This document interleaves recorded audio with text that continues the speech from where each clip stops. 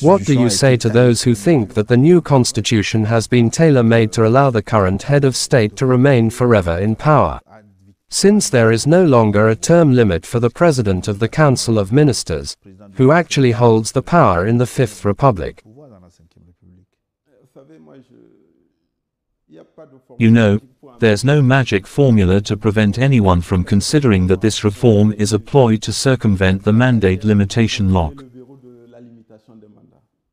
But what if I asked you the question differently?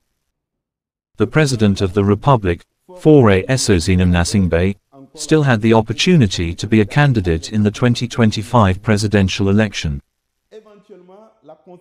In fact, the Constitution, which was in force, in Article 59 thereof, stated that changing the number of presidential terms is only possible by referendum. What proves that if he had been a candidate in 2025, he wouldn't have won? Or who do you see as a major opponent in front of him? What proves that if he had won in 2025 and had held a referendum, the referendum would have resulted in negative votes? You see, all of this has a lot more to do with speculation and supposition. What is obvious is that, if the opposition takes the measure of the reforms that weigh on each of us in our political parties, in terms of establishing themselves in the country, in terms of messages to be conveyed to our fellow citizens, in terms of each other's ability to provide solutions to the challenges facing our country. What's stopping our opposition brothers and sisters on security issues from saying this is what they would advocate? What's stopping them on issues related to education, health, infrastructure? They're locked in the logic that no, as long as Gil presents this show, I'm going to ruin his life. They said it openly during this election campaign. Instead of saying, but Gil, if you did it this or that way, wouldn't that allow your show to be more watched? This is the opposition that we would have liked to have. An opposition, I would say, of Democrats that, like what President Faure has always done, is open to dialogue, is open to compromise, but can also be uncompromising on certain principles or elements. Instead of having opted for systematic rejection, for systematic protest. So I think this is where the real debate is. But basically, with what constitution is Togo governed today? That of 1992. Are we in the Fifth Republic, or the Fourth? I can actually relate this issue to the news because the Dogbe government has resigned. What should the Togolese expect today? The appointment of a president of the Council of Ministers, or an interim prime minister? Or a country without a prime minister? What's going to happen?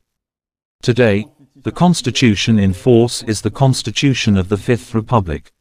This is the constitution voted on April 19th after second reading, promulgated on May 6th, and which the Togolese know. It is this constitution itself, in its transitional provisions, in particular Article 97, which gives guidance on how the transition phase will unfold. It is that constitution.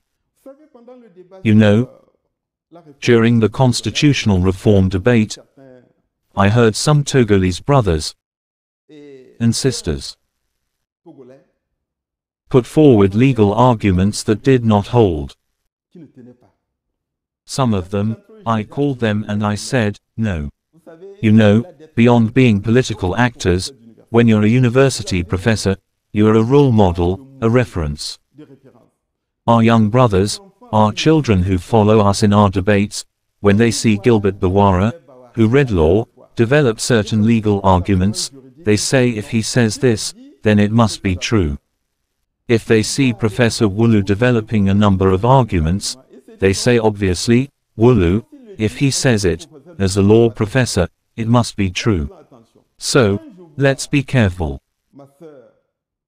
When I see my sister, my older sister, Mrs. Ajamagbo, who is rumored to say, no, the elections were held before the promulgation of the current constitution. Therefore, the National Assembly will function on the basis of the old constitution. I say to my sister, Ajamagbo, you've been a law lecturer. If you were to find yourself in front of students and they ask you a legal and scientific question, what are you going to say?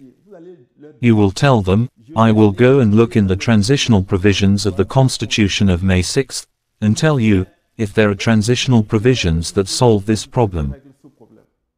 And the answer would be found, would be easy. It is the Constitution of May 6, 2024, which applies, and it applies in full. It is this Constitution in its transitional provisions that said that the President of the Republic, in particular, will continue to exercise its prerogatives as President of the Republic, in accordance with the revised Constitution of October 1992, until the establishment of both chambers of Parliament. It is Article 97 which says so, 97 and 98. Today, the logic is that the regional councillors have been elected, the legislators have been elected. The National Assembly has just been set up. Soon, it will adopt its rules of procedure and set up its definitive office because today, it's the law office. It's the interim bureau. The regional councillors will be added to the municipal councillors to elect 2/3 of the senators. The current President of the Republic, in accordance with the 1992 Constitution, combined with Article 97 of the current Constitution, will appoint 1/3 of the senators. That means the Senate can be set up. The transitional provision says that once both chambers are in place, there will be the first election of the President of the Republic in accordance with the new Constitution. And there will be the first appointment of the President of the Council in accordance with the new Constitution. So I would really like to use this opportunity. We still have a duty of pedagogy, of awareness.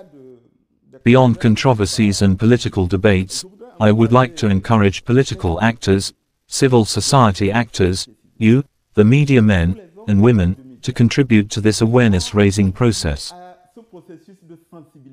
Eventually, we can work hand in hand to see how to identify the broad outlines of the constitutional reform.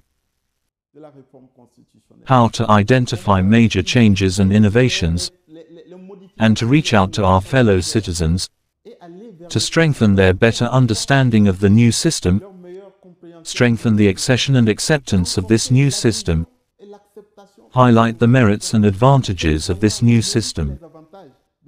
And if we work in that spirit of openness, of dialogue, but in mutual respect, I'm sure that very quickly, everyone will see the merits of having taken the initiative in this constitutional reform. The validity of having opted for a new political model, which will help take into account the diversity of the social and political components of our country, and which will promote the balance of power, which will promote more dialogue and exchange between political and institutional players, which will enable our citizens to be much more involved in public action. You know, I'll end this point by this. This was already the case since 2020, as part of the presidential campaign, and then in the roadmap, the President, faure, spoke and advocated concerted governance. But we were in a constitutional system that didn't really allow it, because this depended much more on the will of the President of the Republic. But today, the Constitution allows us to go in that direction. When in October 2023, there was a meeting in Lomé. I don't know if it was in what context, organized by the Ministry of Foreign Affairs. If you reread the speech by Prime Minister Victoire Tomega Dogbe, you will see that the need for adjustment of the constitution was already outlined. Maybe we haven't been more explicit. Maybe we lacked more pedagogy. That said, I have not yet seen among our opponents, our political opponents, people who fundamentally question the well-off of the new political regime. And when we even see some of our elders who have preceded us, I'm thinking in particular of someone as brilliant as former Prime Minister Edem Kojo. And in his analysis of the time, he felt that the regime that we just put in place, it's the best because it avoids presidentialism. It avoids the personalization of state power. We are here, and we are pleased that the majority has worked for this, and that lawmakers from all leanings in the National Assembly had the courage to initiate this constitutional reform. Before we take a break, very quickly, that means you'll have to wait a long time before the appointment of the next government around a president of the Council of Ministers. No, the answer, you have to nuance it. You've asked whether we should be expecting the appointment of the President of the Council or the appointment of an interim Prime Minister or a Prime Minister. The appointment of an interim Prime Minister or Prime Minister? Absolutely not. Because the new constitution no longer provides for the post of Prime Minister. We have a President of the Council or President of the Council of Ministers who is the head of the government. So, we have to forget about that. As for the appointment of the President of the Council, which is practically an automatic step, because the Constitution says it's the President, the leader of the majority political party, or of the coalition, majority in the National Assembly, who is designated. That is to say, the party itself notifies, informs the office of the National Assembly, that this is the President of the party. Today it's UNIR, the President of the party UNIR, everyone knows him. It's Faure gnassingbe. So Faure gnassingbe is designated to be President of the Council. Then the National Assembly refers the matter to the Constitutional Court for the taking of the oath of the President of the Council. Then anything is possible, I think. As for the question about the election of senators, the question about the establishment of the Senate, and the question about the appointment of the President. Once the President of the Council is appointed, I say to myself that if we take into account the needs, once the office of the National Assembly is set up, there's a lot that can happen, without effectively infringing the provisions of the Constitution.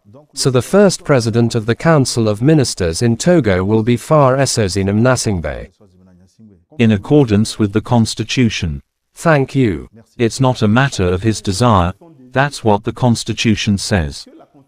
He's going to defer, he's going to respect what the Constitution says.